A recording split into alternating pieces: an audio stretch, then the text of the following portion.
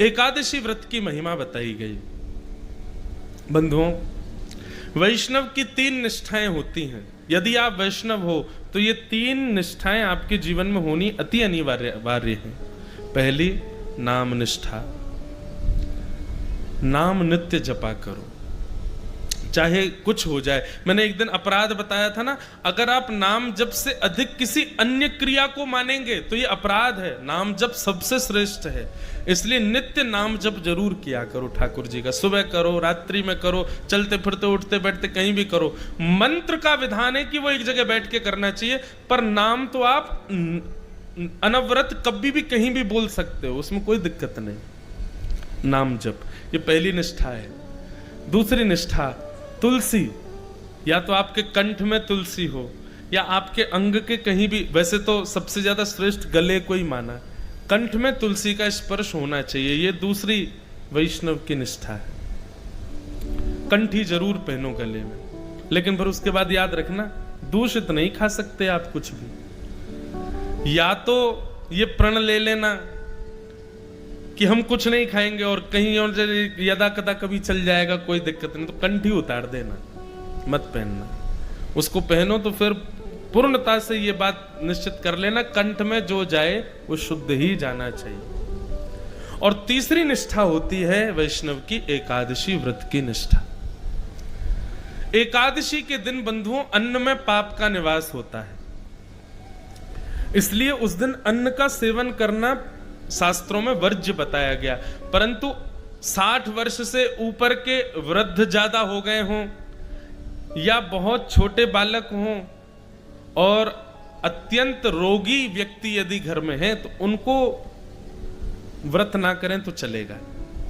परंतु आप बढ़िया हो, मुष्टुंडे बने हुए हो, बढ़िया हत्ते तगड़े हो, खा पी के खूब आनंद कर रहे हो, कोई दिक्कत नहीं है, तो अगर एकादशी नहीं करोगे तो पाप लगेगा। अच्छा, एक बात और, एकादशी के दिन व्रत ना करने से कौन सा पाप लगता है?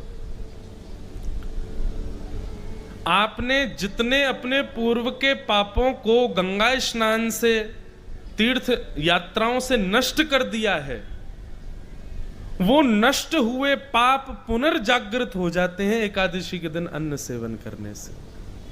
समझ में आई बात?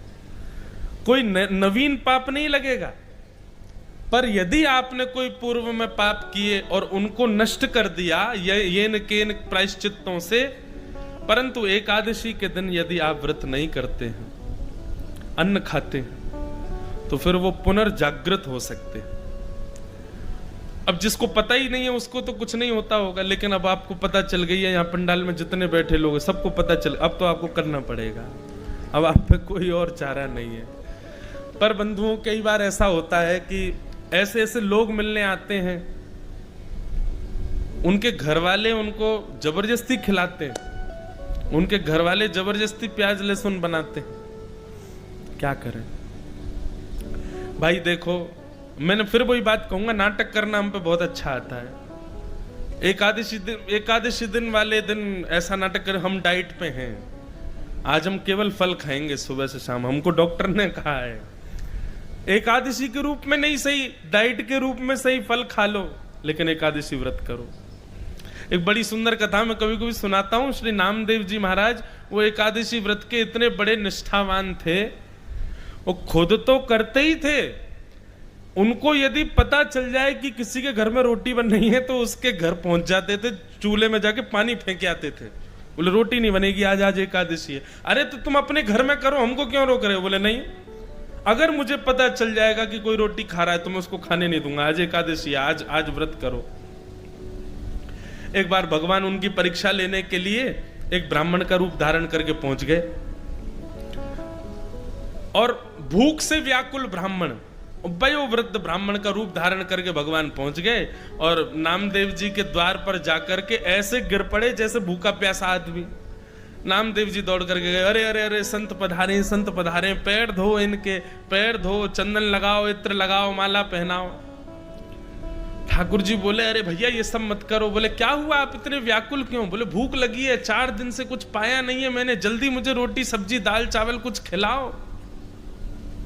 नामदेव जी बोले, आज तो एकादशी है, लीजिए सेब खाइए, केला खाइए, अमरूद खाइए, सब बढ़िया सुंदर सुंदर फल पाइए, भगवान रोटी तो नहीं मिलेगी आज। अरे कैसे आदमी हो तुम? तुम्हारे द्वार पर भूखा प्यासा व्यक्ति आ गया, तुम उसको रोक रहे हो, नहीं चाहिए फल वल नहीं खाने मुझे, भाई रोटी की भूख लगी है, दाल चावल खिलाओ। नामदेव जी बोले दाल चावल तो नहीं बनेंगे, अब एकादशी है आज। अरे तुम्हारे सामने वयोवृद्ध आदमी बेचारा 4 दिन का भूखा, प्राण निकल जाएंगे मेरे, कहीं मैं मर गया तो भूख के कारण। नामदेव जी बोले अच्छा है, एकादशी के दिन प्राण निकल जाएंगे, सीधे वैकुंठ ही जाओगे आप, ठाकुर जी द्वार खोलेंगे आपका, पर आज आप अन्न नहीं खा सकते। अब तो महाराज बात इतनी बढ़ गई कि आसपास के लोग आ गए, वो सब आकर के संत का हाथ पकड़े, बोले ये तो पाखंडी है, खुद भी व्रत करेगा, जबरदस्ती सब पे थोप के व्रत करवाता है, आप हमारे घर चलो, हमारे घर चलो, वहां रोटी सब्जी दाल चावल खा लेना। नामदेव जी ने चरण पकड़ लिए संत के, बोले जाने भी नहीं दूंगा, मेरे यहां आए हो यहीं रहोगे। ठाकुर जी ऐसा नाटक कर रहे हैं कि महाराज करते करते नाटक गिर पड़े और अपना पूरा शरीर कपाने लगे, बोले अगर मुझे 2-4 मिनट में भोजन नहीं मिला तो मेरे प्राण निकल जाएंगे। सब आसपास के लोग कहने लगे अरे नामदेव तो तुम्हारी एकादशी तुम करो ना, इनसे क्यों करवा रहे? बोले नहीं नहीं आप इनको बच्चों सब बैठ जाओ, कीर्तन करो कीर्तन करो, कीर्तन गाते गाते इनके प्राण निकल जाएंगे, बैकुंठ जाएंगे सीधे। ठाकुर जी देख रहे, वो वारे नामदेव अंत तो गत्वा।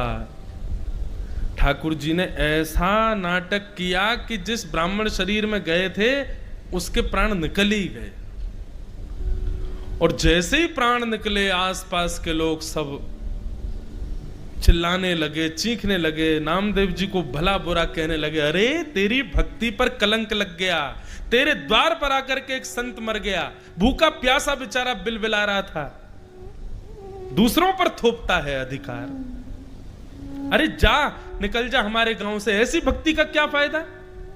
नामदेव जी के नेत्रों से आंसू गिरने लगे। अपनी पत्नी से बच्चों से बोले हमारी वजह से इनके प्राण चले गए, पर दोष तो लग ही गया हमको, लेकिन हमने तो ठाकुर जी के नियम की रक्षा की है, कोई बात नहीं, अब अपने घर में ही आंगन में इनकी चिता लगाओ, उसमें इनको बैठाओ, और हम बच्चों सहित दोनों पति पत्नी भी इनके साथ अपने प्राण का त्याग करेंगे, हमारी वजह से हुआ। महाराज चिता लगाई, चिता पर उस ब्राह्मण के शव को रख दिया, एक तरफ पत्नी बैठी गोद में बच्चों को ले लिया, एक तरफ नामदेव जी बैठे दूसरे बालक को गोद में ले लिया, और हरिश शरणम ठाकुर जी का कीर्तन करने लगे। एक लकड़ी में आग लगा करके स्वयं ही उस चिता में जैसे ही लगाने लगे, चिता में अग्नि लग गई, लग करके जैसे ही वो लपट ब्राह्मण के कमर को छूने लगी, भगवान ही थे ब्राह्मण थोड़े ही थे, जैसे ही ठाकुर जी को नेप ताक लगा, ठाकुर जी तो तुरंत उठ करके बैठ गए, और बैठ करके नामदेव जी को गले से लगा के बच्चों को गोद में लेकर के तुरंत चिता से बाहर कूद गए ठाकुर जी। सब देखते रह गए, और देखते ही देखते वो ब्राह्मण साक्षात पंडरीनाथ श्री विठ्ठल भगवान के रूप में प्रकट हो गए, और नामदेव जी को अपने हृदय से लगा करके वहां से अंतर्ध्यान हो। सब बोले अरे ब्राह्मण कहाँ गया? नामदेव जी बोले ब्राह्मण कोई नहीं था, वो विठ्ठल भगवान ही परीक्षा लेने आए थे मेरी एकादशी की। तो एकादशी जो है बंधुओं, ठाकुर जी को कोई फर्क नहीं पड़ेगा कि आप व्रत करो मत करो, पर उस दिन अन्न में पाप का निवास है, इसलिए शास्त्र आज्ञा करते हैं कि व्रत करो। अब देखो हम वृंदावन से हैं, वृंदावन के कई संप्रदायों में एकादशी नहीं होती, जैसे हरिदासी हरिवंशी, वहां पर एकादशी व्रत का महत्व नहीं है, क्योंकि वहां भाव प्राधान्य है, वहां नियम प्राधान्य नहीं है। जगन्नाथपुरी में एकादशी नहीं होती, लेकिन उसके पीछे कारण है। जगन्नाथपुरी में एकादशी क्यों नहीं होती? क्योंकि जगन्नाथपुरी में ऐसा नियम है कि वहां की रसोई में बनने वाला जो महाप्रसाद है वो कोई व्यक्ति नहीं बनाता है, कोई मानव नहीं बनाता है, स्वयं लक्ष्मी जी बनाती हैं, और लक्ष्मी जिसका स्पर्श कर दे उसमें पाप कभी नहीं रह सकता। इसलिए एकादशी के दिन आप महाप्रसाद जगन्नाथपुरी का पा सकते हो। अगर आप जगन्नाथपुरी में हैं एकादशी के दिन, तो बाहर पाओगे होटलों पे तो आपको पाप लगेगा, लेकिन मंदिर का प्रसाद आप पा सकते हो, उसमें कोई दोष नहीं। ठीक वैसे ही वृंदावन के कुछ प्रणालियों में कई संप्रदायों में एकादशी का विधान नहीं है, क्योंकि वहां भाव ऐसा है कि कल दशमी थी, कल ठाकुर जी का भोग लगा, तो उस समय अन्न जब प्रसाद था तो आज एकादशी होने पर वो प्रसाद में पाप कैसे आ गया, वो इस बात को स्वीकार नहीं करते। और दूसरी बात यह है कि वृंदावन के कई सेवा प्रणालियों में ठाकुर जी व्रत नहीं करेंगे, ठाकुर जी के लिए तो बढ़िया सामग्री बनेगी और ठाकुर जी ने प्रसाद ले भोग लगा दिया तो उसमें पाप कैसे रह सकता है, इसलिए उसको पा लेते हैं। तो इसका एक ही उपाय है, जगन्नाथपुरी जाओ तो महाप्रसाद पालो, कोई दिक्कत नहीं। वृंदावन जाओ, आप राधा वल्लभ जी से, बिहारी जी से, या ऐसे स्थानों पर जहां एकादशी नहीं है वहां से यदि प्रसाद मिले तो उस प्रसाद का तिनका स्वरूप आप पालो, बाकी शेष आप बाद में पा लेना, कोई दिक्कत नहीं। इतनी मर्यादा आप कर सकते हो। पर आप विदिशा में रहते हो, भोपाल में रहते हो, और क्या सागर में रहते हो, कहीं कहीं रहते हो जहां पर ऐसा कोई विधान नहीं है, ऐसा कोई भाव नहीं है, वहां तो एकादशी आपको करनी पड़ेगी। समझ में आई बात? तो ऐसे एकादशी व्रत का महत्व बताया गया।